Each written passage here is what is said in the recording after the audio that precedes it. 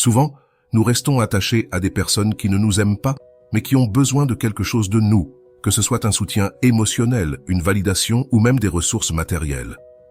Mais attention, ce que je vais te dire maintenant va tout changer. Tu apprendras à distinguer quand quelqu'un est simplement avec toi par besoin et non par amour véritable. Dans cette vidéo, nous allons parler d'un sujet que beaucoup d'entre vous ont probablement vécu à un moment de leur vie, le moment où l'on se rend compte qu'il y a des personnes qui ont besoin de nous, mais qui ne nous aiment pas. Cela peut être une situation confuse et douloureuse, mais aujourd'hui, nous allons approfondir ce phénomène pour que tu puisses le reconnaître et agir en toute conscience. L'objectif de cette vidéo est de t'aider à identifier ces dynamiques dans tes relations et à prendre des décisions qui te permettront de mettre ton bien-être émotionnel en premier. Je te promets qu'en restant jusqu'à la fin, tu comprendras comment ces personnes peuvent influencer ta vie et, plus important encore, comment apprendre à te détacher de ces relations qui ne t'apportent rien de positif. Ce type de relation peut se manifester dans divers contextes, familial, amical ou romantique. Dans tous les cas, le schéma est le même. L'autre personne dépend de toi, mais ne se soucie pas réellement de toi. Il existe des signes que tu peux commencer à observer, et l'un des plus clairs est lorsque tu as l'impression d'être celui qui fait tout l'effort dans la relation. Lorsque quelqu'un t'aime vraiment, il se préoccupe de ton bien-être, il est présent dans les moments difficiles et ne vient pas seulement vers toi quand il a besoin de quelque chose. Rolando l'exprime de manière très claire. Aucune relation saine ne peut exister si l'un des partenaires arrive avec des blessures et des schémas destructeurs. Si tu veux une relation saine, tu dois d'abord avoir guéri et te lier à quelqu'un qui a également guéri. Et c'est là un point important. Les personnes qui t'utilisent, mais qui ne t'aiment pas, sont souvent prisonnières de leurs propres blessures émotionnelles, ce qui les empêche de te donner l'amour que tu mérites. Alors, que peux-tu attendre de cette vidéo? Nous allons analyser différents types de relations dans lesquelles cette dynamique peut être présente et nous te donnerons des outils pour les reconnaître et t'en libérer. Je te garantis qu'à la fin de cette vidéo, tu auras une compréhension plus claire des raisons pour lesquelles certaines personnes restent dans ta vie malgré leur manque d'amour véritable. Mais le plus important, tu sauras comment fixer des limites et te libérer de ces relations toxiques. Attention, car beaucoup l'oublient, et c'est pour cela qu'ils n'agissent pas. La clé pour se libérer d'une relation où l'on a besoin de toi, mais où l'on ne t'aime pas, est de cesser d'avoir peur de la solitude. De nombreuses personnes restent dans ce type de relation parce qu'elles croient qu'elles ne trouveront personne d'autre ou parce qu'elles ont peur d'être seules. Mais, comme le dit Rolando, l'amour de soi est la clé pour avoir une relation saine et positive. Le premier pas pour te libérer de ce type de relation est de reconnaître quand tu te trouves dans une telle situation. Pose-toi cette question. Est-ce que cette personne se soucie vraiment de toi ou est-elle seulement là quand elle a besoin de quelque chose? Si la réponse est la deuxième option, il est temps de reconsidérer si cette relation en vaut la peine. Ne t'inquiète pas, car au cours de cette vidéo, nous parlerons également de la manière de renforcer ton amour-propre et d'apprendre à fixer des limites. L'une des plus grandes erreurs que nous commettons dans les relations est de penser que parce que quelqu'un a besoin de nous, il nous aime aussi. Mais la réalité est que le besoin n'est pas synonyme d'amour. Une personne peut dépendre émotionnellement de toi sans te valoriser en tant que personne. C'est une leçon que nous apprenons souvent à travers la douleur, mais qui est nécessaire pour notre croissance personnelle. La différence entre quelqu'un qui a besoin de toi et quelqu'un qui t'aime réside dans le respect et la réciprocité. Lorsque quelqu'un t'aime, il respecte tes besoins, tes émotions et est prêt à faire des sacrifices pour toi, tout comme tu le ferais pour lui. En revanche, lorsque quelqu'un a seulement besoin de toi, la relation devient unilatérale, où tu donnes sans rien recevoir en retour. Carl Jung disait que les relations humaines sont le reflet de notre état intérieur. Si tu permets à des personnes qui ont besoin de toi mais ne t'aiment pas de rester dans ta vie, il est probable que tu aies à travailler sur ton estime de soi. C'est là que Rolando nous offre une grande leçon. Aimer ta vie, c'est observer ce en quoi tu te transformes jour après jour, et cela inclut d'apprendre à te détacher de ce qui ne te fait pas de bien. Tout au long de cette vidéo, nous te guiderons pas à pas pour reconnaître ces dynamiques et t'en libérer sans ressentir de culpabilité ou de peur. Et le plus important, Tu apprendras à te donner la priorité. Car comme le dit toujours Rolando, l'amour de soi ne consiste pas à se répéter des affirmations devant un miroir, mais à te le prouver par des actions concrètes qui valorisent qui tu es. C'est pour cela que je t'invite à continuer de regarder cette vidéo jusqu'à la fin, car ce que nous allons discuter ensuite changera ta perspective sur les relations pour toujours. Nous ne parlerons pas seulement de théorie, mais nous te donnerons des exemples pratiques et des outils que tu pourras appliquer immédiatement dans ta vie. Alors, si tu es prêt à franchir la prochaine étape de ton développement personnel et à cesser de permettre à des personnes qui ne t'aiment pas de rester dans ta vie, reste avec nous. En résumé, ce que tu vas retirer de cette vidéo, c'est une compréhension claire de la manière d'identifier les personnes qui ont seulement besoin de toi sans t'aimer et comment mettre fin à ces relations de manière saine et respectueuse envers toi-même. En plus, nous te donnerons les ressources nécessaires pour travailler sur ton amour-propre et nous te montrerons comment les appliquer dans ta vie quotidienne. Prête à commencer ce voyage? Alors, sois attentif, car ce que je vais te dire ensuite est crucial. Ne laisse pas la peur de la solitude te maintenir dans des relations qui ne t'apportent pas d'amour. À la fin, ce qui compte le plus, c'est que tu t'aimes suffisamment pour laisser partir ceux qui ne le font pas. Commençons. La psychologie a largement étudié le phénomène des relations dans lesquelles une personne reste simplement parce qu'elle a besoin de quelque chose, mais sans ressentir un véritable amour pour l'autre. Cette dynamique peut paraître confuse pour ceux qui y sont piégés, et il est souvent difficile de l'identifier. Cependant, à travers l'analyse psychologique, nous pouvons commencer à comprendre les mécanismes sous-jacents à ce type de relation et pourquoi il est si important de s'en éloigner. Erich Fromm, dans son livre « L'art d'aimer », affirme que le véritable amour est une décision active, un acte de donner sans rien attendre en retour. De cette perspective, il est clair que les relations basées sur le besoin ne correspondent pas à cette conception de l'amour. Quand quelqu'un a seulement besoin de toi, sa motivation principale n'est pas de partager, mais de recevoir. Selon Fromm, l'amour immature dit « Je t'aime parce que j'ai besoin de toi ». L'amour mature dit « J'ai besoin de toi parce que je t'aime ».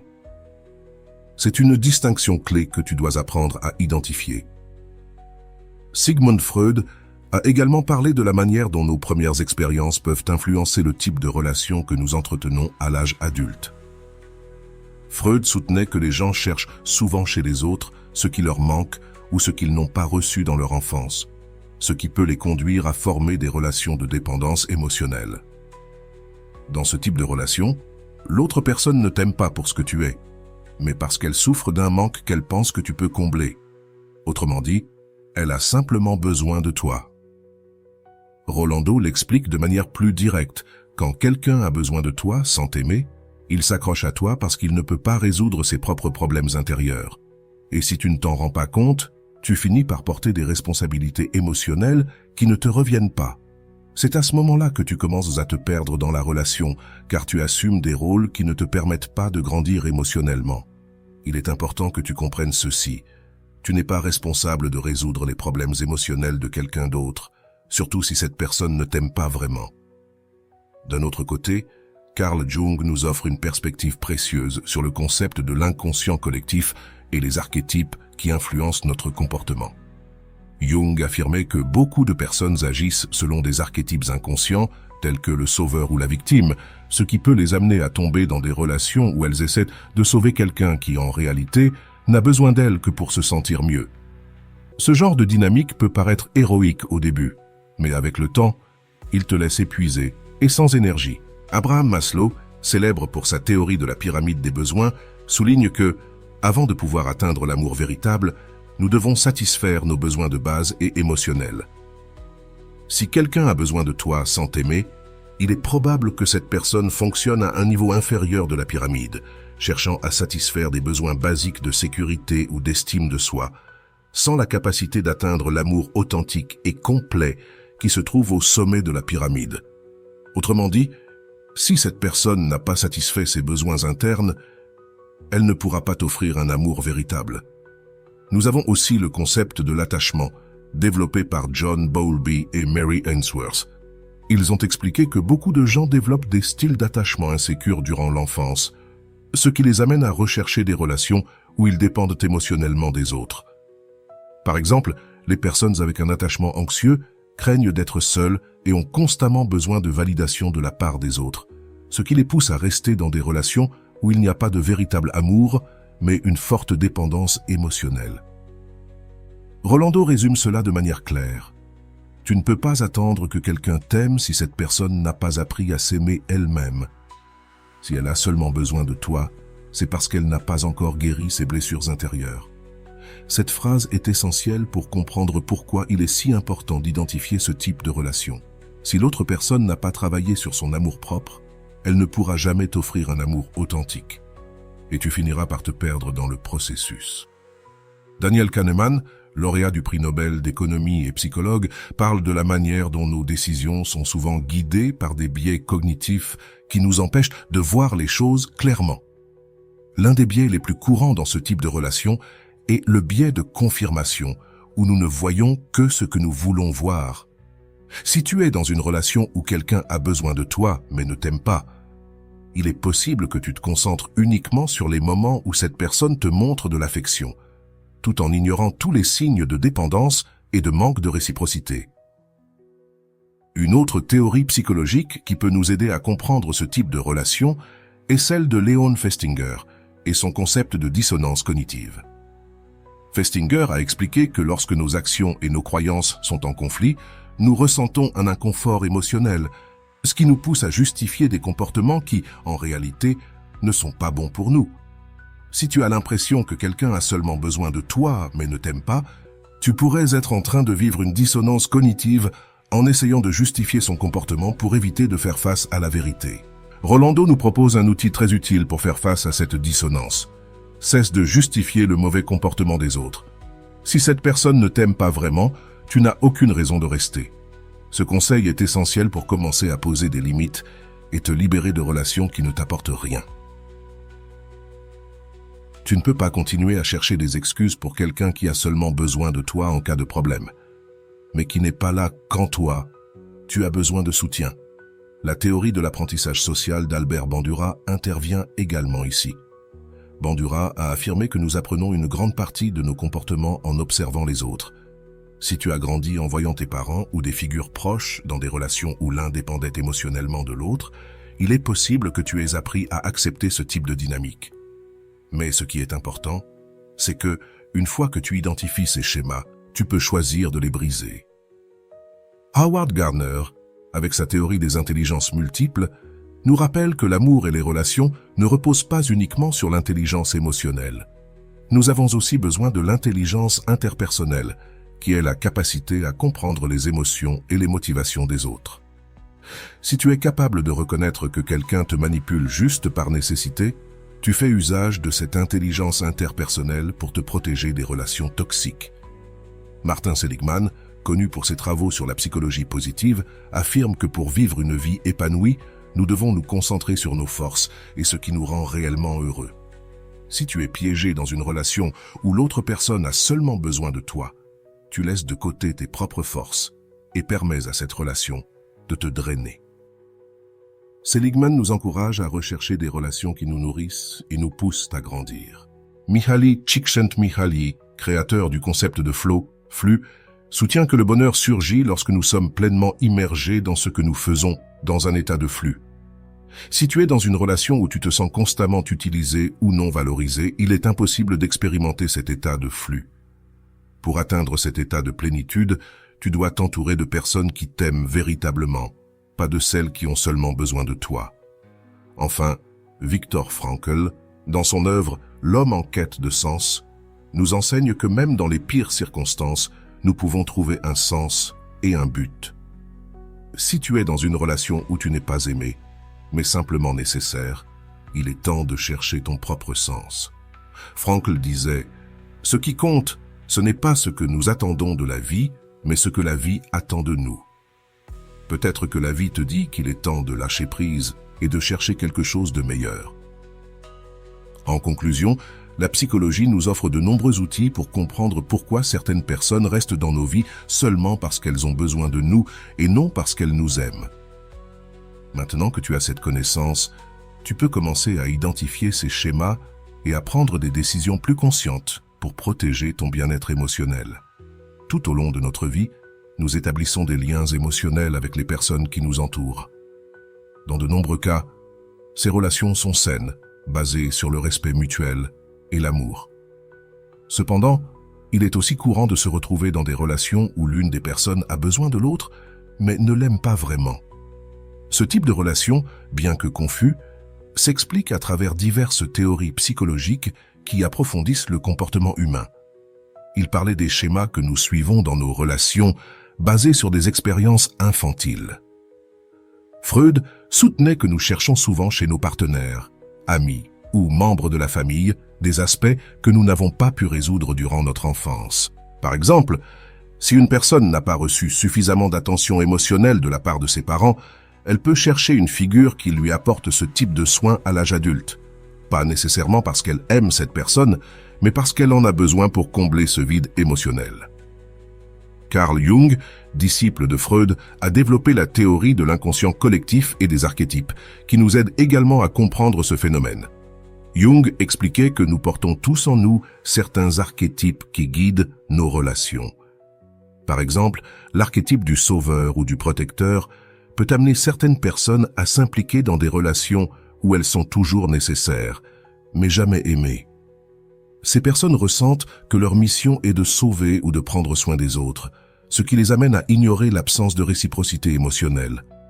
Rolando, avec une vision plus contemporaine, affirme « Si tu es dans une relation où l'on a besoin de toi, mais où l'on ne t'aime pas, il est probable que tu sacrifies ton bien-être pour quelqu'un qui ne peut pas t'offrir la même chose. » C'est là qu'il faut commencer à se demander « Qu'est-ce que je sacrifie dans cette relation ?»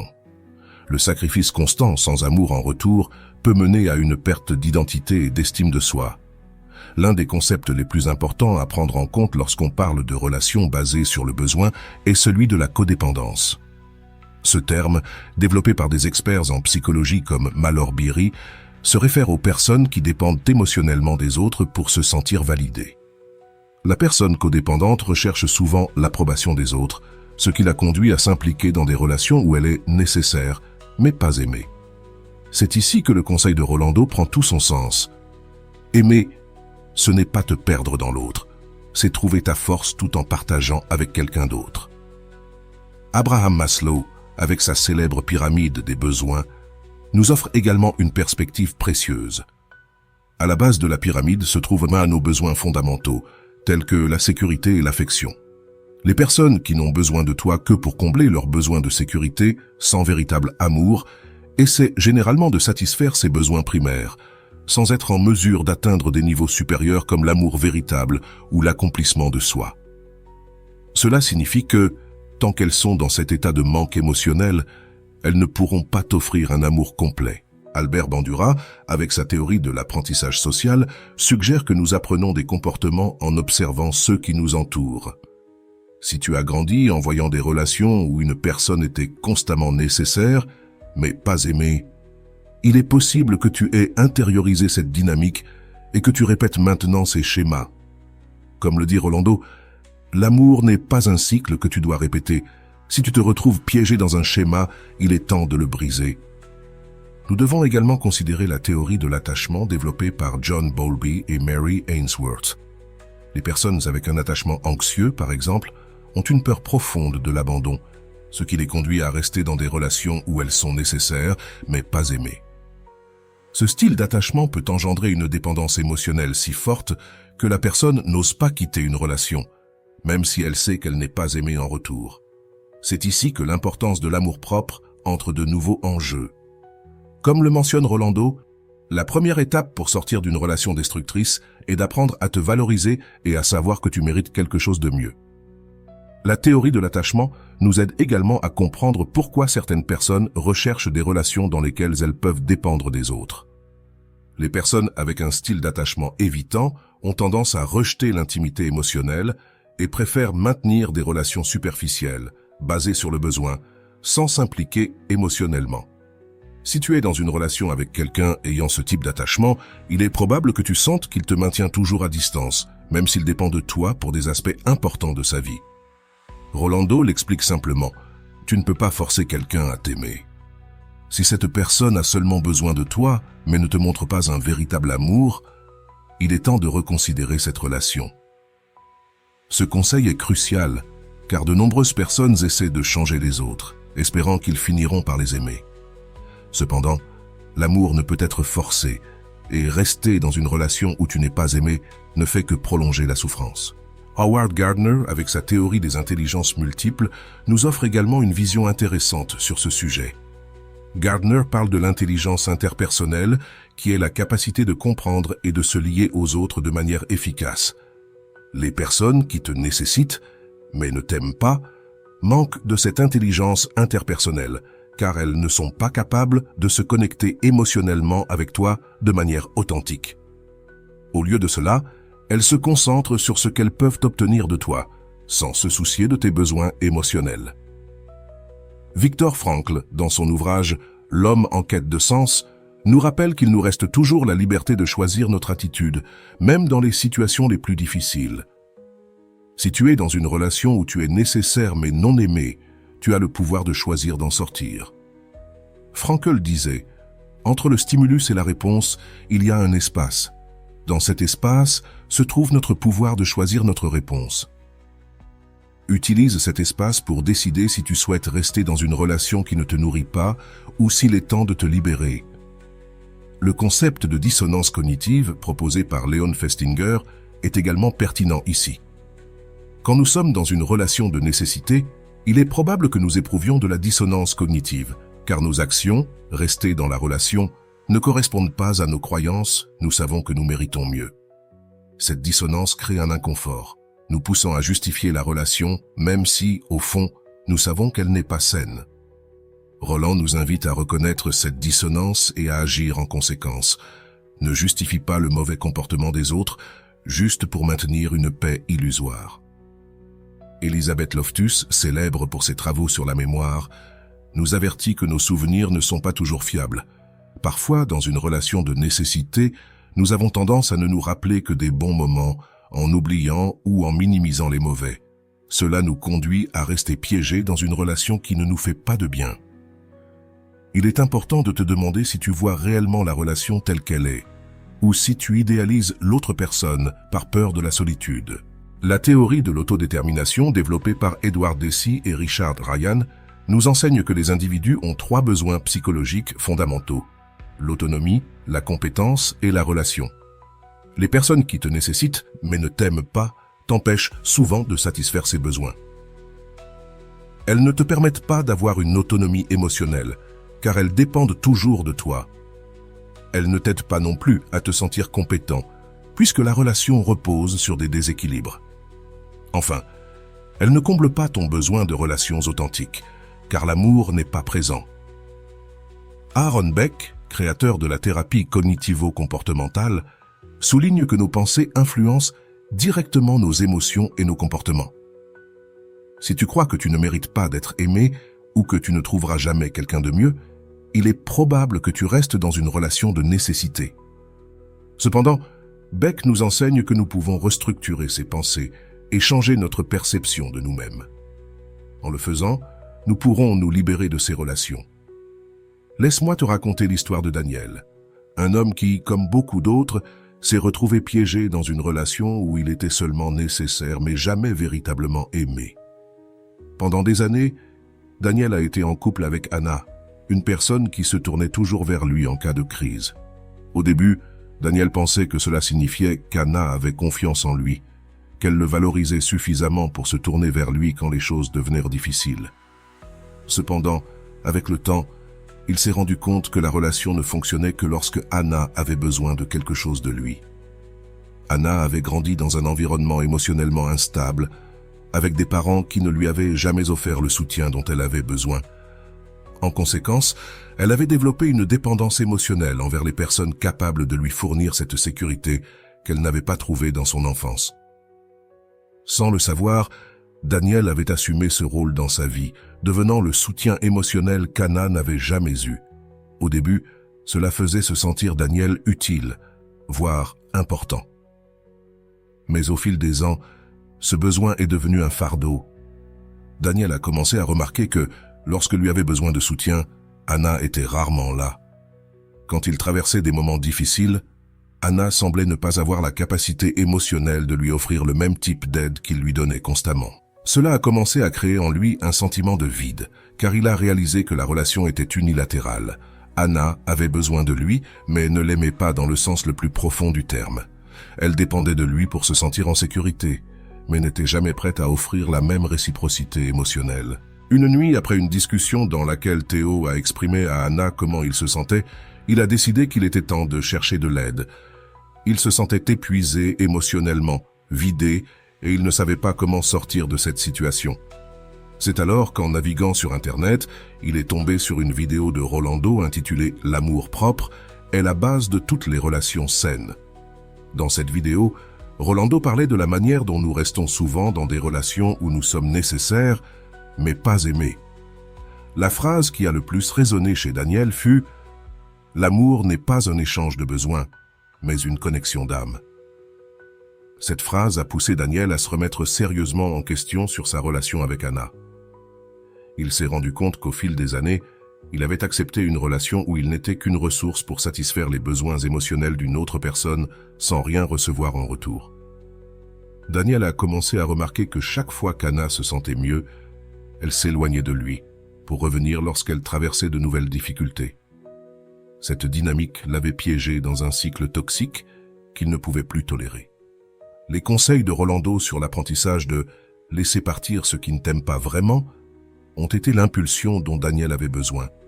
Pour la première fois, il s'est rendu compte qu'il n'était pas responsable des émotions d'Anna et qu'il ne pouvait plus être son soutien émotionnel si cela signifiait sacrifier son propre bonheur. Il a donc décidé d'en parler à Anna et de lui expliquer qu'il ne pouvait plus rester dans cette relation. Ce fut une conversation difficile, mais Daniel savait que c'était la bonne chose à faire. Anna a réagi avec surprise et incrédulité.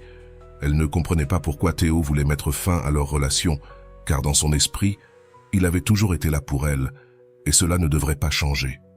Elle a tenté de le convaincre que les choses pouvaient s'améliorer, qu'ils traversèrent simplement une mauvaise période. Mais Daniel ne pouvait plus ignorer ce qu'il avait appris. Il savait qu'Anna ne l'aimait pas vraiment, elle avait juste besoin de lui, et cela ne suffisait plus pour lui. Après la rupture, Daniel a traversé une période de solitude difficile à gérer. Il était tellement habitué à être nécessaire à quelqu'un d'autre qu'il ne savait pas quoi faire de ce vide. Cependant, au lieu de sombrer dans le désespoir, il a choisi de concentrer son énergie sur son propre bien-être émotionnel. Il se rappelait sans cesse les paroles de Rolando. « L'amour-propre n'est pas de l'égoïsme, c'est savoir que tu mérites une vie remplie d'amour véritable. » Daniel a commencé à faire des choses qu'il avait arrêtées pendant sa relation avec Anna. Il a repris le sport, renoué avec d'anciens amis et surtout il a commencé à travailler sur son amour-propre. Chaque jour qui passait, il se rendait compte qu'il n'avait pas besoin d'être en couple pour se sentir complet. Au contraire, il a commencé à apprécier sa propre compagnie et à valoriser son temps et son espace. Cette indépendance émotionnelle a été le plus beau cadeau qu'il se soit offert. Quelques mois après la rupture, Anna a tenté de recontacter Daniel. Elle lui a dit qu'il lui manquait, qu'elle s'était rendu compte de l'importance qu'il avait dans sa vie. Cependant, Daniel n'était plus le même homme qu'il était lorsqu'il était avec elle. Il avait appris à distinguer le fait d'être nécessaire de celui d'être aimé, et il savait qu'il ne pouvait pas revenir à cette dynamique toxique.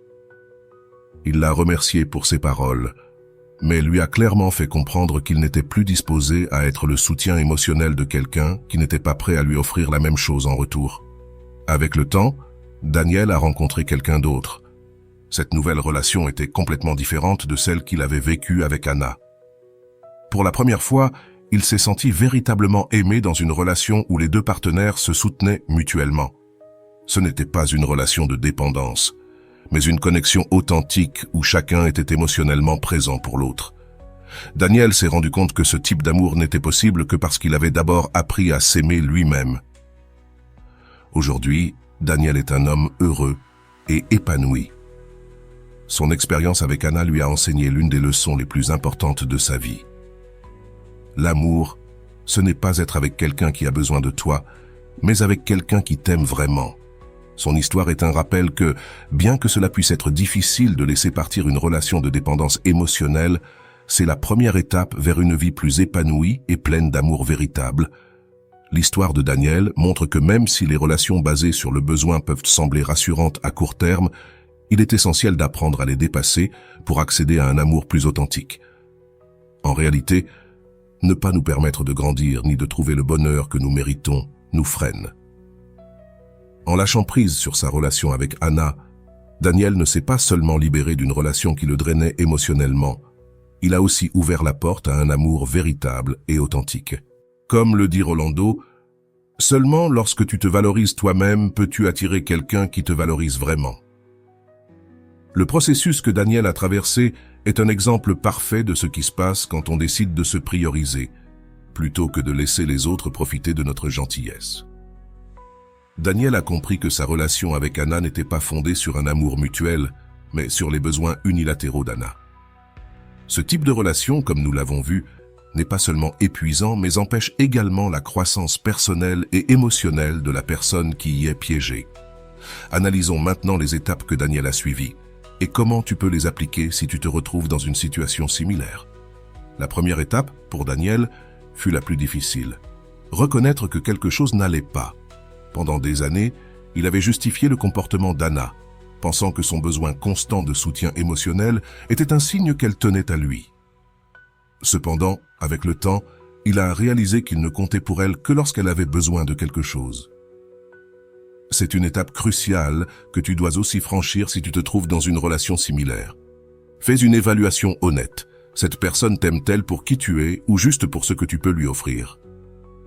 La deuxième étape de Daniel fut de s'informer et de chercher de l'aide. C'est en découvrant la vidéo de Rolando que sa perspective changea complètement. Rolando lui a donné les mots qu'il avait besoin d'entendre pour comprendre que l'amour véritable ne consiste pas seulement à satisfaire les besoins de quelqu'un d'autre.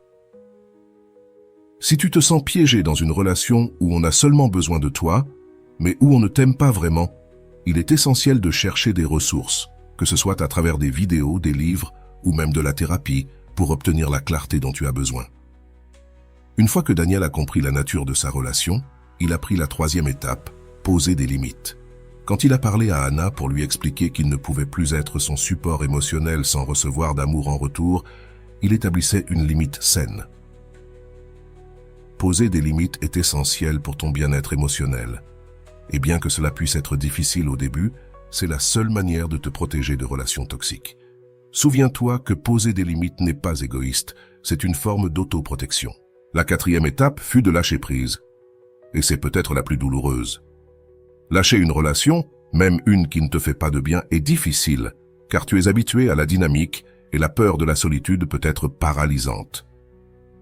Cependant, comme Daniel l'a découvert, lâcher prise est le premier pas vers la liberté émotionnelle.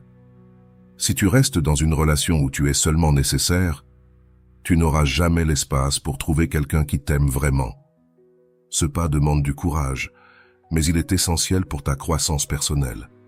L'une des choses les plus importantes que Daniel a faites après avoir lâché prise, c'est de travailler sur son amour-propre. Rolando mentionne fréquemment que l'amour-propre est la base de toutes les relations saines, et Daniel en a fait l'expérience de première main. Il a commencé à se concentrer sur lui-même, sur ses passe-temps, sur ses amitiés, et surtout sur l'apprentissage de la valorisation de soi sans avoir besoin de la validation des autres. C'est un pas que tu peux également suivre. Commence à investir du temps en toi, dans tes intérêts et passions. L'amour-propre est un investissement qui a toujours un retour. Après avoir travaillé sur son amour-propre, Daniel a découvert quelque chose d'important. Il n'avait plus peur de la solitude. C'est un point clé que Rolando souligne aussi. Beaucoup de personnes restent dans des relations toxiques parce qu'elles ont peur d'être seules. Mais quand tu t'aimes toi-même, tu réalises que la solitude n'est pas quelque chose à craindre, mais plutôt une opportunité pour mieux te connaître. Daniel, comme beaucoup d'autres qui ont traversé ce processus, a découvert que la solitude n'est pas une punition, mais une chance de grandir. Un autre aspect important dans le processus de Daniel fut sa capacité à résister à la tentation de retomber dans la relation. Anna a essayé de le récupérer plusieurs fois après qu'il ait fixé ses limites. Souvent, quand tu établis des limites et décides de lâcher prise, l'autre personne tente de revenir dans ta vie, et il est facile de céder à la tentation de revenir à ce qui t'est familier. Mais Daniel savait que retourner dans cette même relation signifierait répéter le même cycle de besoins et de dépendance. C'est un pas important. Résister à la tentation de retourner vers ce qui ne te sert pas, même si cela semble plus facile que d'avancer. Une fois que Daniel a achevé ce cycle de lâcher-prise et de travail sur son amour-propre, il a pu attirer une relation beaucoup plus saine. C'est là où beaucoup échouent. Ils pensent qu'en quittant une relation de dépendance, ils ne trouveront pas mieux.